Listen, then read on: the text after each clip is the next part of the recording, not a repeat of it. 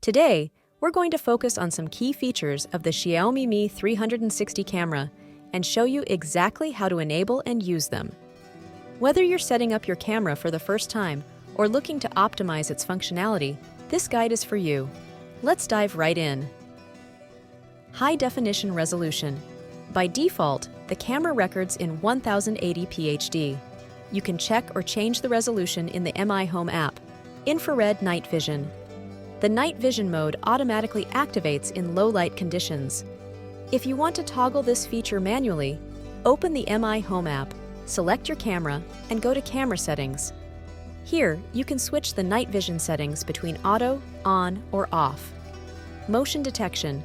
To turn on motion detection, open the Mi Home app, choose your camera, and tap on Camera Settings. Find the Alert Settings option, then enable Motion Detection. You can adjust the sensitivity and specific areas for detection if needed. Two-way audio. This feature is enabled by default.